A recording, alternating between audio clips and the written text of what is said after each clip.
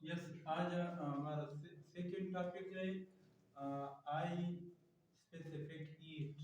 सही, I specific heat यानी किस चीज के बारे में? वाटर के बारे में। Water is high heat capacity. Water is high heat heat capacity. इनसे क्या मुराद है कि वाटर ज्यादा हरारत स्टोर करते हैं, अपने पास रखते हैं। इनको कहा जाता है वाटर आई हीट कैपेसिटी या स्पेसिफिक हीट कैपेसिटी। ये खासियत जब वाटर रखते हैं वो किस वजह से? वो हाइड्रोजन बॉन्डिंग की वजह से। यानी वाटर मॉलिक्यूल्स के दरमियान में कौन सा बॉन्ड है? से वाटर मॉलिक्यूल्स के दरमियान में हाइड्रोजन बॉन्ड है। कौन सा बॉन्ड है? हाइड्रोजन बॉन्ड है।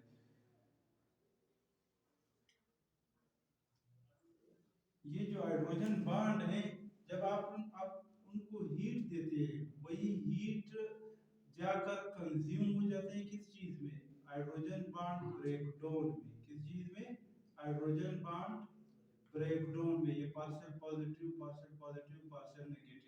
जब आप हीट देते हैं वही हीट किस चीज में कन्वर्ट हो जाते हैं? वो यानी एब्जॉर्ब हो जाते हैं इस हाइड्रोजन बॉन्डिंग में। अगर हाइड्रोजन बॉन्डिंग न होता, लेट सपोज आप इनको हरारत दे रहे हैं, हरारत 80% हरारत इसमें कंज्यूम होते हैं। किस चीज में कंज्यूम होते हैं? कंज्यूम होते हैं इस हाइड्रोजन बॉन्डिंग। लेकिन ओवरऑल टेम्परेचर नहीं बढ़ता है। अगर हाइड्रोजन बॉन्डिंग न होता तो वही हरारत मुकम्मल किस चीज में एब्जॉर्ब होगी, यानी इस जो यहाँ पे कोई भी मैटर है उनकी हिस्सा बनते हैं, तो इनकी जो ओवरऑल टेम्परेचर है वो बढ़ जाते हैं। यहाँ भी जो जिसकी वाटर हाइड्रोजन बॉन्डिंग रखते हैं, वो जब आप हरारत देते हैं वो हरारत खर्च होते हैं। कहाँ पे कंज्यूम होते हैं? हाइड्रोजन बॉन्डिंग की ब्रेकडाउन में। सही, ब्रेकडाउन में। तो नेट यानी वाटर की जो टेम्परेचर है वो नहीं बढ़ते हैं। क्यों नहीं बढ़ते हैं? इनकी जो हरारत है वो जा रहे हैं, खर्च होते हैं। किस चीज में खर्च होते हैं? हाइड्रोजन बॉन्डिंग की ब्रेकडाउन। हाइड्रोजन बॉन्ड अगर आप आयल ले लें, आयल वो जल्दी गर्म होंगे या पानी? आयल, क्योंकि आयल के अंदर आयल मॉलिक्यूल के दरमियान में हाइड्रोजन बॉन्डिंग नहीं है, वो तमाम हरारत उसमें क्या होंगी? स्टोर। लेकिन यहाँ पे ये हरारत यहाँ पे खर्च होते हैं किस चीज में? वाटर मॉलिक्यूल की ब्रेकडाउन में। यहाँ पे वाटर मॉलिक्यूल है, इनके दरमियान में हाइड्रोजन बॉन्ड है, दूसरा वाटर मॉलिक्यूल है। अब हीट आकर इस हाइड्रोजन बॉन्ड को ब्रेक कर ये इस मॉलिक्यूल की स्पीड बढ़ जाते हैं, ऊपर आ जाते हैं, और यानी इनकी जो हीट है वो यहाँ पे खर्च होते हैं। अगर ये हाइड्रोजन बॉन्ड न होता, हाइड्रोजन बॉन्ड की बजाय दूसरा बॉन्ड होता, तो वो जल्दी से यानी गर्म होता। अब ये जब क्यों ज्यादा हीट एब्जॉर्ब करते हैं, क्यों ज्यादा हीट लेते हैं, उसमें कम टेम्परेचर बढ़ते हैं। ज्यादा हीट एब्जॉर्ब करके उसमें कम चेंजेस आते हैं। इनको कहा जाता है water is high heat capacity other than other substances, बनस्पत से other substances. The amount of heat required for minimum increase temperature. मिसाल के तौर पर 1 सेंटीग्रेड, अगर आप 1 ग्राम वाटर हो, कितने ग्राम वाटर हो? 1 ग्राम वाटर आप उनको गर्म करते हैं, इसमें सिर्फ 1 सेंटीग्रेड टेम्परेचर चेंज ले आते हैं। मिसाल के तौर पर इसकी टेम्परेचर है 15 सेंटीग्रेड, 15 सेंटीग्रेड है, आप उनको हरारत दे रहे हैं। काफी हरारत एब्जॉर्ब करने के बाद इसकी टेम्परेचर हो जाते हैं 16 सेंटीग्रेड। तो कितनी चेंज है? 1 सेंटीग्रेड। लेकिन इस 1 सेंटीग्रेड ने काफी हीट एब्जॉर्ब किया हुआ है। अगर आप यही हरारत किसी और सब्सटेंस को दे तो इसमें बहुत ज्यादा चेंज होगी। 1 सेंटीग्रेड के बजाय वो 10-15 सेंटीग्रेड टेम्परेचर राइज होंगे। लेकिन यहाँ पे क्यों टेम्परेचर नहीं बढ़ते? इस वजह से कि इसके दरमियान में कौन सा बॉन्ड है? हाइड्रोजन बॉन्ड है। जब आप हरारत दे रहे हैं, वो हरारत इस हाइड्रोजन बॉन्ड की ब्रेकडाउन में कंज्यूम होते हैं, तो इनको कहा जाता है specific heat capacity. In temperature of यानी the amount of heat required for minimum increase temperature 1 centigrade या 1 Kelvin in temperature of a substance. The specific heat capacity of water can be represented as the number of calories required to rise temperature 1 gram water. अगर आप 1 gram water ले लें, इस 1 gram water को आपने या 1 gram water को गर्म करना है कितनी सेंटीग्रेड? 1 सेंटीग्रेड यानी चेंज करना है 1 सेंटीग्रेड, यानी आपने 1 ग्राम वाटर लिया है, 1 ग्राम वाटर को आप गर्म करते हैं। गर्म करने से इसमें मिसाल ये 20 सेंटीग्रेड टेम्परेचर है, कितनी सेंटीग्रेड? 20 सेंटीग्रेड। आपने उनको हरारत दी है 20 से 21 सेंटीग्रेड, तो 1 ग्राम वाटर में 1 सेंटीग्रेड टेम्परेचर राइज करने के लिए जो हीट दरकार है वो पानी का मैक्सिमम है अदर रिलेटिवली अदर सब्सटेंस, यानी दूसरे सब्सटेंसेस की बनस्बत से वाटर ज्यादा हीट दरकार होते हैं 1 सेंटीग्रेड यानी 1 सेंटीग्रेड टेम्परेचर राइज करने, एक टेम्परेचर बढ़ाने में। of calories required to rise temperature of 1 gram water up to 1 centigrade. 1 gram water इनमें 1 सेंटीग्रेड टेम्परेचर राइज करने के लिए जो हरारत दरकार है वो दूसरे सब्सटेंसेस की बनस्बत से वाटर की ये हरारत उनसे ज्यादा है। क्यों ज्यादा है? क्योंकि वाटर आई हीट कैपेसिटी रखते हैं। किस वजह से रखते हैं? वो हाइड्रोजन बॉन्डिंग है। कौन सा बॉन्डिंग है? हाइड्रोजन बॉन्डिंग है। 1 कैलोरी, ये याद रखना है, 1 calorie is equal to 4.18 joules, क्योंकि वर्क की जो यूनिट है वो जूल है। सही। Water is relatively a very high heat capacity than other substances due to its hydrogen bonding, because much of the heat absorbed by water utilized in the breakdown of hydrogen bonding. अब जो हरारत दे रहे हैं और ये हरारत कहाँ पे खर्च होती है? इस हाइड्रोजन बॉन्डिंग। इसको कहा जाता है high heat capacity.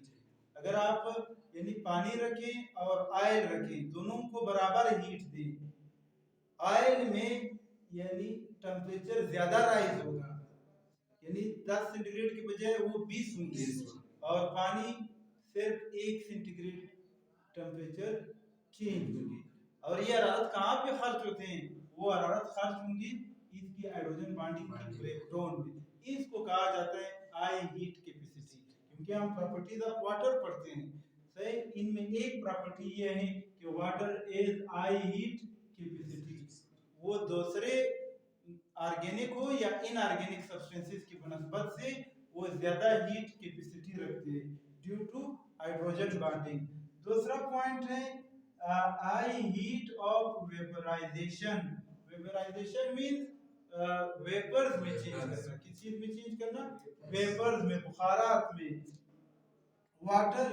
Water liquid form में, सही, लिक्विड फॉर्म में एक इस लिक्विड को लेट सपोज यहाँ पे 1 ग्राम वाटर है, 1 ग्राम वाटर चेंज किया किस चीज में?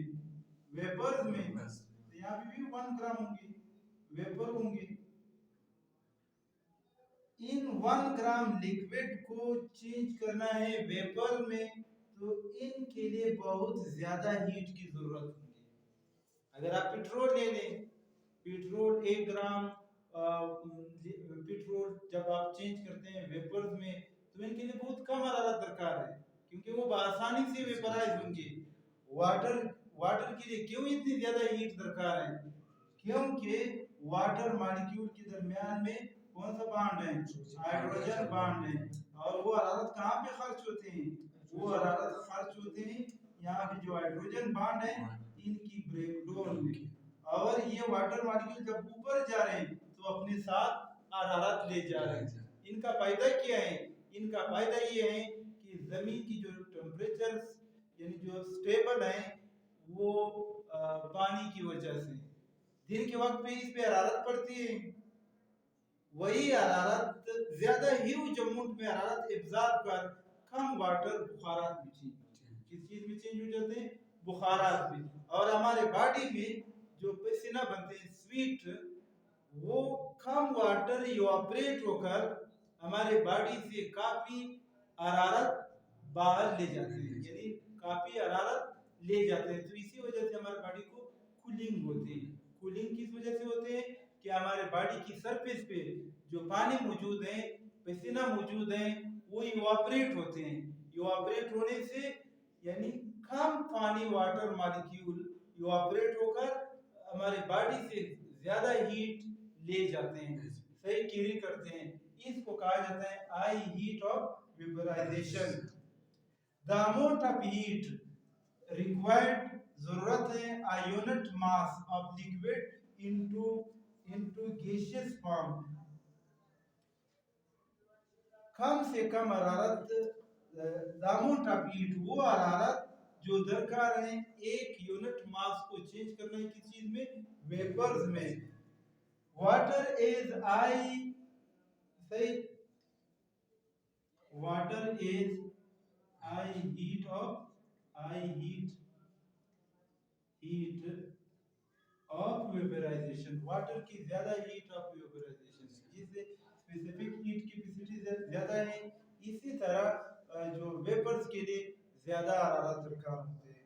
इनकी वैल्यू ये है, यानी एक किलोरीज 574 किलोरीज पर ग्राम, एक ग्राम को कन्वर्ट करने के लिए कितनी किलोरीज एनर्जी दरकार होती है। इसको कहा जाता है आई heat of vaporisation. Second topic हमारा है वाटर के साथ रिलेटेड है आयोनाइजेशन। आयोनाइजेशन मींस आयंस में चेंज करना, आयंस बनाना। क्या? आयंस। आयंस मींस जिस पर चार्ज हो। वाटर मॉलिक्यूल जब आयोनाइज होंगे तो इनसे बनते हैं हाइड्रोजन आयंस, और दूसरा कौन सा आयंस है? Hydroxyl ions. इसको कहा जाता है hydrogen ions acidic medium develop करते हैं, और ये बेसिक मीडियम है, एक दूसरे को कैंसिल करते हैं, तो ये न्यूट्रल है। द डिसोसिएशन मींस जो ब्रेकडाउन है, सही, hydrogen and hydroxyl, water molecule into hydrogen ions and hydroxyl ions, इसको कहा जाता है आयोनाइजेशन। जैसे आप लोगों को पता है हमारे बॉडी में जो लार्ज मॉलिक्यूल्स हैं, लार्ज मॉलिक्यूल जैसे पॉलीसेकेराइड है, बहुत से मोनोसेकेराइड कंबाइंड हैं, जब इनको हम ब्रेक डाउन करते हैं हमारे डाइजेस्टिव सिस्टम, तो इसमें वाटर डिसोसिएशन होगी, यानी वाटर मॉलिक्यूल ब्रेक डाउन होकर इसमें किस कन्वर्ट हो जाते हैं OH और H, H आकर इसका हिस्सा बनते हैं और OH आकर इसका हिस्सा। अगर वाटर मॉलिक्यूल न होता तो ये लार्ज मॉलिक्यूल स्मॉल मॉलिक्यूल में कन्वर्ट नहीं हो सकते। इसी तरह बहुत से यानी जो साइटोप्लाज्म है उसमें मौजूद है वाटर, वाटर ब्रेकडाउन भी होंगे और बनते भी हैं। इनको कहा जाता है आयोनाइजेशन, यानी आयन में चेंज करना। सही, नेक्स्ट।